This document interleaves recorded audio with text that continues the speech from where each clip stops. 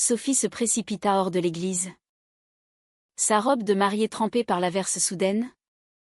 Et embrassa passionnément sa meilleure amie dans les rues de Paris, ignorant les regards choqués des invités. Ce geste impulsif, né d'un amour refoulé depuis des années, transforma instantanément une cérémonie de joie en un scandale familial explosif, forçant Sophie à choisir entre son cœur et les attentes de sa vie entière. Le tonnerre gronda comme un avertissement divin. Mais il était trop tard, le monde qu'elle connaissait venait de s'effondrer. Dans les heures qui suivirent, Sophie se retrouva seule dans un petit café du Marais, les mains tremblantes autour d'une tasse de café froid. Elle revoyait sans cesse le visage décomposé de sa mère, les larmes de rage de son fiancé abandonné à l'hôtel, et surtout, le baiser avec Léa, sa confidente de toujours, celle qui avait été témoin de tous ses secrets sauf celui-là. Comment en était-elle arrivée là? Sophie, 28 ans, avocate prometteuse issue d'une famille catholique conservatrice de la banlieue parisienne, avait toujours suivi le chemin tracé, études brillantes à Sciences Po. Un poste stable dans un cabinet renommé. Et un mariage avec Antoine? Un homme gentil mais prévisible. Choisi pour plaire à ses parents. Léa. De son côté, 27 ans. Artiste peintre libre d'esprit vivant dans un atelier bohème de Montmartre. Avait toujours représenté l'opposé, une vie sans attache. Des relations éphémères. Et une franchise qui effrayait Sophie autant qu'elle l'attirait. Leur amitié remontait à l'université, où elles s'étaient rencontrées lors d'un cours de littérature. Sophie, studieuse et réservée, avait été fascinée par l'énergie de Léa, qui débattait avec passion sur les œuvres de Simone de Beauvoir. Au fil des ans, elles étaient devenues inséparables, week-end à la campagne, confidences tardives, et ces regards prolongés que Sophie attribuait à une simple affection sororale. Mais au fond d'elle, elle savait. Les nuits où elle rêvait de Léa. Les jalousies inexplicables quand Léa sortait avec d'autres femmes, tout cela avait mijoté en silence. Étouffé par la peur du jugement social et familial. Ce jour de mariage, tout avait basculé. Antoine avait prononcé ses vœux avec une sincérité touchante. Mais Sophie, debout devant l'autel, avait senti un vide abyssal. Son regard avait croisé celui de Léa, assise au premier rang. Et soudain, l'évidence l'avait frappée comme la foudre. Elle avait murmuré un « je ne peux pas » et s'était enfuie, traînant sa traîne dans la boue. Léa l'avait suivie. Et sous la pluie battante, leurs lèvres s'étaient unies dans un baiser qui effaçait des années de déni. Maintenant, dans ce café, Sophie composait le numéro de Léa. Le cœur battant. « Viens me chercher », murmura-t-elle quand Léa décrocha. De l'autre côté de la ligne, Léa hésita. « Sophie. Es-tu sûre? Ta famille. Antoine. Tout va changer. » Mais Sophie n'était plus la même. Elle avait franchi le Rubicon. Et il n'y avait pas de retour en arrière. Les jours suivants furent un tourbillon de confrontations. La mère de Sophie, une femme pieuse de 55 ans nommée Marie, débarqua chez elle avec un mélange de fureur et de désespoir. « Comment as-tu pu nous faire ça? Devant Dieu? Devant tout le monde? Et avec une femme? C'est contre nature, hurla-t-elle. Les yeux rougis. Sophie tenta de s'expliquer. Mais les mots se bousculaient. Maman. Je l'aime. J'ai essayé de l'ignorer. Mais je ne peux plus. Marie secoua la tête. invoquant la Bible et les traditions familiales. Ton père est effondré. Il ne veut plus te voir. Pense à tes frères et sœurs, leur réputation est ternie à cause de toi. Antoine, quant à lui, appela plusieurs fois. Sa voix brisée par la trahison. Je t'aimais. Sophie. Était-ce une farce depuis le début? Elle pleura en lui expliquant que non. Mais que son amour pour lui n'était pas celui qu'il méritait. Il raccrocha en la traitant de menteuse. Et Sophie sentit le poids de la culpabilité l'écraser. Était-ce égoïste de suivre son cœur au prix de blesser tant de gens? Léa, de son côté, luttait avec ses propres démons. Issue d'une famille plus libérale mais pas exempte de préjugés. Elle avait toujours assumé son orientation sexuelle. Mais aimer Sophie signifiait plonger dans un monde de conventions qu'elle méprisait. Je t'ai attendu si longtemps? Confia-t-elle à Sophie lors de leur première nuit ensemble. Dans l'atelier de Montmartre. Elles parlèrent jusqu'à l'aube, explorant leurs sentiments avec une vulnérabilité nouvelle. Mais Léa craignait que Sophie regrette.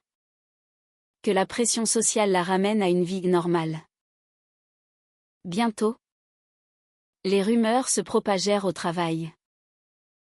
Des collègues chuchotaient dans les couloirs du cabinet. Et Sophie surprit des regards hostiles. Son patron, un homme conservateur, la convoqua pour une discussion informelle. Sophie, votre vie privée est la vôtre? Mais dans notre milieu, l'image compte. Ce scandale pourrait affecter nos clients. Elle quitta la réunion avec un avertissement voilé, sa promotion était en jeu. La société parisienne, malgré son vernis progressiste, cachait encore des poches de conservatisme profond, surtout dans les cercles professionnels. Malgré tout, Sophie et Léa décidèrent de persévérer. Elles emménagèrent ensemble dans un petit appartement du quartier latin. Un havre de paix au milieu du chaos. Leur journée était rythmée par des moments de tendresse volés, des promenades le long de la Seine. Des dîners improvisés mais aussi par des disputes nées de l'insécurité. Et si tu me quittes pour un homme? Pour une vie facile, demanda Léa un soir. Les yeux emplis de doute. Sophie la serra contre elle. Je t'ai choisi.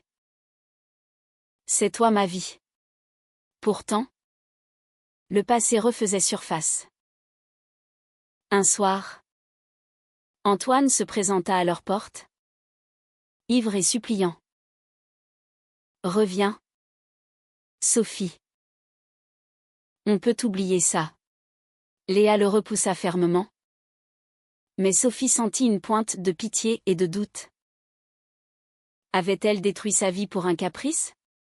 La nuit qui suivit fut agitée de cauchemars. Où elle revivait le mariage avorté. La famille de Sophie intensifia la pression. Son père, un retraité stoïque, envoya une lettre, tu as apporté la honte sur nous. Réfléchis à tes choix avant qu'il ne soit trop tard. Ses frères et sœurs, divisés, prenaient parti, l'un la soutenait en secret. L'autre la condamnait ouvertement. Sophie se sentait isolée. Comme si son identité même était en procès.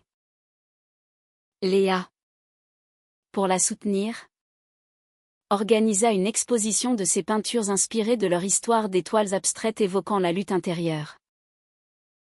Mais lors du vernissage, un critique influent, ami de la famille de Sophie, murmura des commentaires homophobes.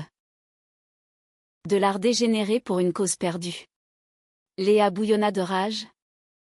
Mais Sophie la retint. Ne leur donne pas raison. Au milieu de ces tourments, leur amour grandissait, forgé dans l'adversité. Elles passaient des heures à discuter de leurs peurs, De la société qui les jugeait. Des normes morales imposées.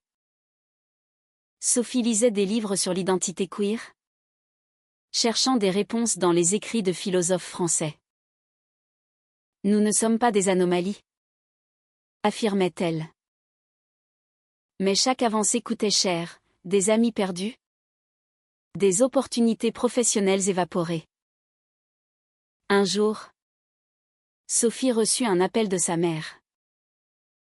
Ton père est à l'hôpital. Crise cardiaque. Il veut te voir. Le cœur serré, elle se précipita à l'hôpital de la Pitié-Salpêtrière. Son père, pâle sur son lit, la regarda avec une tristesse infinie. Pourquoi? Ma fille, murmura-t-il. Sophie expliqua. Les larmes aux yeux. Son amour pour Léa. Son besoin d'authenticité. Il écouta. Puis serra sa main. Je t'aime. Mais je ne comprends pas. Ce fut un premier pas fragile vers la réconciliation. Mais la route était longue. Léa attendit dehors. Anxieuse. Comment ça s'est passé? Sophie l'embrassa. Il y a de l'espoir. Mais en rentrant, elle savait que les batailles n'étaient pas finies. La société, avec ses préjugés tenaces, continuait de les tester.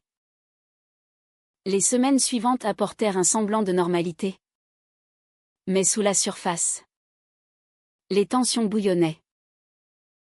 Sophie, déterminée à reconstruire sa carrière, postula pour un poste dans un cabinet plus progressiste spécialisé en droits humains. Lors de l'entretien, la recruteuse, une femme d'une quarantaine d'années, posa des questions directes. Votre départ soudain de votre précédent emploi. Est-ce lié à des raisons personnelles? Sophie hésita. Puis décida de la transparence. Oui. J'ai assumé mon orientation sexuelle. Et cela a créé des conflits. La femme hocha la tête. Nous valorisons la diversité ici. Sophie obtint le poste. Un rayon de lumière dans l'obscurité. Léa, inspirée par ce courage, décida de confronter sa propre famille. Ses parents, des intellectuels parisiens, avaient toujours toléré son mode de vie sans l'approuver pleinement. Lors d'un dîner familial, elle annonça « Sophie et moi sommes ensemble. » Pour de bon. Sa mère, une professeure d'université, sourit faiblement. Nous le savions. Ma chérie. Mais es-tu prête pour les conséquences? Son père, plus réservé, ajouta, la société n'est pas aussi ouverte qu'on le pense. Pense à ta carrière. Léa se sentit validée, mais aussi avertie. Pourtant, les ombres du passé persistaient. Antoine, refusant d'accepter la rupture, envoya des messages harcelants, accusant Sophie de l'avoir manipulée. Tu m'as utilisée pour cacher ta vraie nature. Blessée, Sophie porta plainte pour harcèlement. Une décision qui l'épuisa émotionnellement. Le procès, bien que mineur, raviva les souvenirs douloureux et attira l'attention des médias locaux. Un article dans un tabloïd titra « Avocate abandonne son fiancé pour une femme, scandale à Paris ». Sophie lut les commentaires en ligne. Un torrent de haine et de soutien mitigé. Dégoûtant. Courageuse.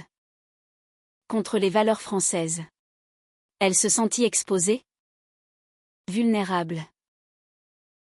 Léa, pour la protéger, suggéra une escapade à la campagne, dans une maisonnette en Normandie. Là, Loin du bruit parisien, elles purent respirer. Des promenades sur la plage, des feux de cheminée, des confessions intimes. J'ai peur de te perdre, avoua Sophie un soir, blottie contre Léa. Pas à cause de l'amour, mais à cause du monde. Léa caressa ses cheveux. Nous affronterons ça ensemble.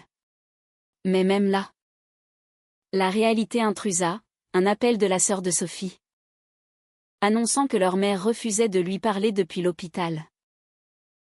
De retour à Paris, les conflits s'intensifièrent. Au travail, Sophie défendit une cliente lesbienne victime de discrimination. L'affaire, médiatisée, la plaça sous les projecteurs. Des associations LGBT la contactèrent pour du soutien, mais aussi des groupes conservateurs qui la menacèrent anonymement. Retourne dans l'ombre. Léa, inquiète, insista pour qu'elle prenne des précautions. Ne sous-estime pas la haine. Un soir, lors d'une manifestation pour les droits queer à la Bastille, Sophie et Léa se tinrent la main publiquement pour la première fois. L'énergie de la foule était électrisante, mais un contre-manifestant cria des insultes. Léa riposta verbalement, et la situation dégénéra en altercation. Sophie les sépara, mais rentra avec une ecchymose au cœur. « Est-ce que ça en vaut la peine ?» se demanda-t-elle. La trahison vint de l'intérieur. Une amie commune, Claire, qui avait semblé supportive, révéla des détails intimes à la presse. Sophie a toujours été confuse, déclara-t-elle dans une interview. Sophie se sentit poignardée dans le dos. Pourquoi ? Claire, confronta-t-elle. Claire avoua, j'avais peur que ton choix m'affecte. Les gens me regardent différemment maintenant. C'était le prix de l'authenticité, perdre des alliés présumés. Léa, furieuse, confronta Claire elle-même. Tu as vendu notre amitié pourquoi ? De l'attention ? Claire s'excusa. Mais le mal était fait. Sophie et Léa passèrent la nuit à pleurer, questionnant leur choix. Peut-être que j'aurais dû rester avec Antoine ? Murmura Sophie dans un moment de faiblesse. Léa se raidit. C'est ce que tu veux vraiment ? Sophie secoua la tête. Non. Mais la douleur est insupportable. Pour se recentrer, elles consultèrent une thérapeute spécialisée en thérapie de couple LGBT. Les sessions révélèrent des blessures profondes, le conditionnement social de Sophie, la peur de l'abandon de Léa. Vous devez choisir l'amour chaque jour, conseilla la thérapeute. Elles sortirent plus fortes, mais épuisées. La famille de Sophie fit un geste inattendu. Sa mère invita Léa à un déjeuner. Tendue, Léa accepta. Autour de la table, Marie posa des questions maladroites. Comment ça marche ? Entre deux femmes ? Léa répondit avec patience, expliquant l'amour au-delà des genres. Marie écouta. Puis admit, j'ai peur pour Sophie. La société est cruelle. Léa acquiesça. Mais l'amour l'est plus quand on le nie. Ce déjeuner marqua un tournant fragile. Sophie, apprenant la nouvelle, pleura de soulagement. Mais son père restait distant, et les frères et sœurs divisés. La réconciliation était un processus lent, semé d'embûches. Au travail, Sophie gagna son affaire. Un triomphe personnel. Les médias la saluèrent comme une avocate courageuse. Mais le soir de la victoire, elle reçut un appel anonyme menaçant. Attention à toi. Léa insista pour déménager. Mais Sophie refusa. Je ne fuirai pas. Les mois passèrent. Et leur relation s'approfondit. Elles adoptèrent un chat. Symbole de leur foyer naissant. Des voyages en Provence. Des projets d'avenir. Mais toujours. L'ombre des préjugés planait. Un jour. Antoine réapparut. Sobre cette fois. Je veux m'excuser. J'étais blessée. Sophie accepta. Fermant un chapitre. Mais en le voyant partir, elle réalisa le coup, une vie alternative perdue à jamais. Le printemps apporta un renouveau apparent. Mais les racines des conflits étaient profondes. Sophie, promue dans son nouveau cabinet, se consacra à des causes LGBT, défendant des victimes de discrimination. Chaque victoire était douce amère, rappelant ses propres luttes. Léa, de son côté, vendit plusieurs toiles, son art gagnant en reconnaissance. Ton histoire m'inspire, confia-t-elle à Sophie. Pourtant, les pressions familiales ressurgirent. Le frère aîné de Sophie, Pierre, un banquier traditionnaliste, organisa une intervention familiale. Nous t'aimons. Mais ce choix te détruit. Assise face à eux, Sophie défendit son amour. C'est qui je suis. Pierre insista, pense à nos enfants. Ils entendent des moqueries à l'école. Sophie quitta la réunion en larmes, se sentant coupable d'imposer sa vérité aux autres. Léa la consola. Ils doivent s'adapter. Pas toi. Mais Léa cachait ses propres doutes. Une galerie prestigieuse lui offrit une exposition à New York. Mais cela signifiait une séparation temporaire. Vas-y.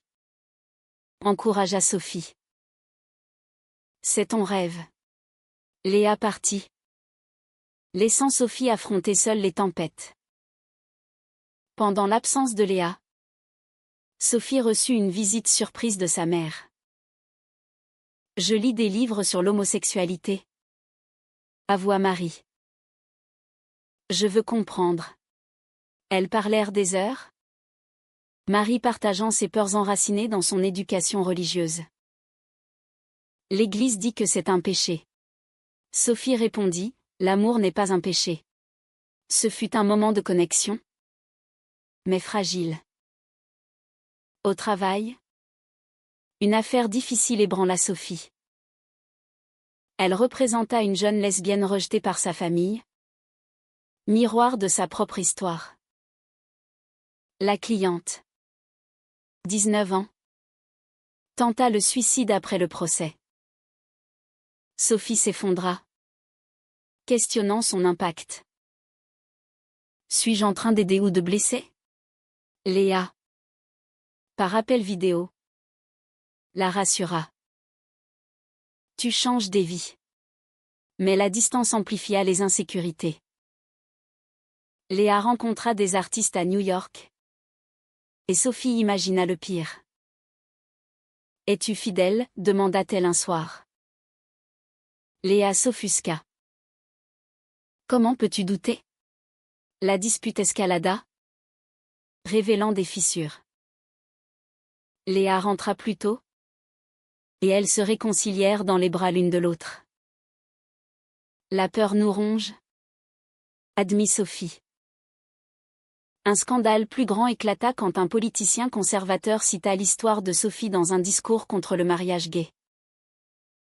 Des exemples comme celui-ci montrent la décadence morale. Sophie fut inondée d'insultes en ligne. Elle organisa une conférence de presse, défendant son droit à l'amour. Je ne suis pas une menace, je suis humaine. Léa la soutint publiquement, leur couple devenant un symbole malgré elle. La famille réagit diversement. Le père de Sophie appela enfin. Je suis fier de ton courage.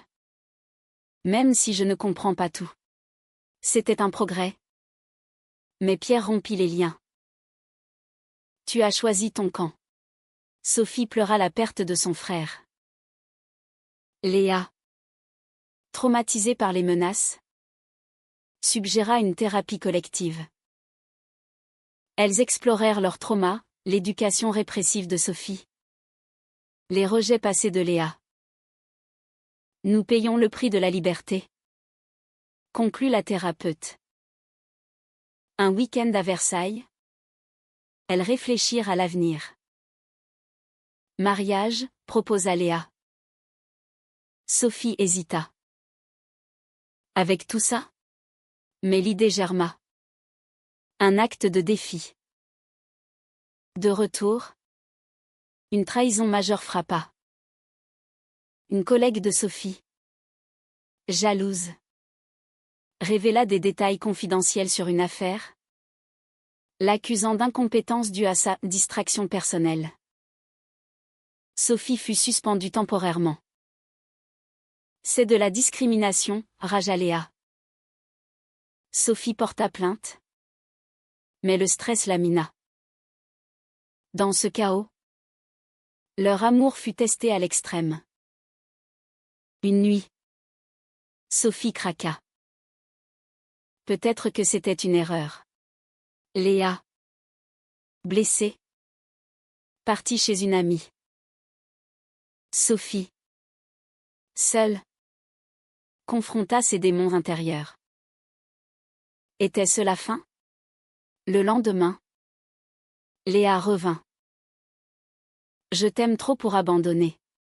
Elles décidèrent de se battre ensemble, plus unies. L'été arriva, chargé de promesses et de périls. Sophie gagna son recours contre la suspension, exposant la discrimination au cabinet. La victoire fut médiatisée, renforçant sa réputation d'avocate intrépide. Léa, inspirée, prépara une nouvelle exposition intitulée « Amour interdite », des œuvres capturant leur lutte. Mais les attaques personnelles continuèrent. Un groupe extrémiste envoya des lettres de menaces. Vous détruisez la famille française. La police enquêta. Mais Sophie et Léa vécurent dans la peur, installant des alarmes. La famille de Sophie se fractura davantage. Pierre organisa un boycott familial. Mais la sœur cadette, Élise, défia l'ordre et visita Sophie. Je t'admire, confia-t-elle. Ce soutien inattendu réchauffa le cœur de Sophie. Léa proposa formellement. Épouse-moi. Sophie accepta, larmes aux yeux. Elles planifièrent une cérémonie intime, symbole de leur résilience. Mais annoncer cela à la famille fut explosif. Marie pleura. Pas à l'église. Alors, Sophie secoua la tête. Juste nous. Le père, dans un geste surprenant, offrit de payer. Si ça te rend heureuse. C'était une acceptation tacite. Mais Pierre refusa d'assister. Préparatifs en cours. Une crise majeure surgit. Léa reçut une offre de résidence artistique en Italie pour 6 mois. C'est une opportunité unique, dit-elle. Sophie, paniquée, argumenta. Et notre mariage? Léa hésita. On peut reporter. La dispute révéla des priorités conflictuelles. Sophie se sentit secondaire. Choisis, ta carrière ou nous? Léa choisit de rester. Mais avec amertume. Je sacrifie pour toi. Sophie se sentit coupable, questionnant si leur amour valait tant de renoncements. Au travail, Sophie prit une affaire pro bono, une famille divisée par l'homophobie. Cela la força à réfléchir à la sienne. Elle invita Pierre à un café. Nous sommes toujours famille. Il écouta, mais partit sans promesse. Le mariage approcha. Amis et alliés se rassemblèrent, mais l'absence de certains blessa. La cérémonie, dans un jardin parisien, fut émouvante. Elles échangèrent des vœux sincères. Je choisis toi. Malgré tout. Mais en prononçant cela, Sophie pensa au coup, carrière freinée. Relation brisée. Après la lune de miel en Bretagne, la réalité revint. Léa regrettait son sacrifice. J'aurais dû partir. Sophie, sentant la tension, proposa, vas-y maintenant. Léa accepta, laissant Sophie seule. La séparation fut douloureuse. Appel quotidien. Mais la distance creusa un fossé. Sophie douta. Était-ce précipité? Léa confia, je me sens piégée. Un mois plus tard, Léa rentra tôt. Brisée. J'ai rencontré quelqu'un. Le monde de Sophie s'effondra. Comment? Léa pleura. C'était une erreur? Mais la solitude. Sophie. Trahie. Hurla. Après tout ce qu'on a enduré? Elles se séparèrent temporairement. Sophie chez sa mère, qui la soutint. L'amour est compliqué. Léa seule, regrettant. Les mois suivants furent un vortex de douleur et de réflexion. Sophie, chez sa mère, reconstruisit sa vie. Elle se concentra sur le travail, aidant d'autres à travers ses propres leçons. La trahison enseigne la force, se dit-elle. Léa, rongée par la culpabilité, tenta de reconquérir Sophie. Des lettres, des appels. C'était une faiblesse. Je t'aime toujours. Sophie hésita, pesant le pardon contre la confiance brisée. La famille intervint. Pierre, apprenant la rupture, contacta Sophie. Peut-être que c'était pour le mieux. Mais voyant sa souffrance, il adoucit. Je regrette mes mots. Une réconciliation familiale naquit de la crise. Sophie rencontra Léa dans un café. Écho de leur début. Pourquoi? Demanda-t-elle. Léa expliqua, la pression m'a fait craquer. J'ai eu peur de notre vie. Sophie écouta, sentant l'écho de ses propres peurs. Elles décidèrent d'essayer à nouveau, mais avec prudence. Thérapie. Limite claire. Pas de secret? Jurèrent-elles. Le temps guérit lentement. Leur amour, marqué par les cicatrices, devint plus mature. Sophie publia un article sur ses expériences, inspirant d'autres. Léa créa une série sur la rédemption. Mais les doutes persistaient. Avait-elle payé trop cher? La société changeait. Mais lentement. Un an plus tard, assises sur un banc face à la tour Eiffel, elles réfléchirent. Regrettes-tu? Demanda Léa. Sophie sourit. Non. Car ça m'a rendu vrai. Pourtant, la question planait, était-ce la bonne décision de poursuivre cet amour malgré tous les sacrifices?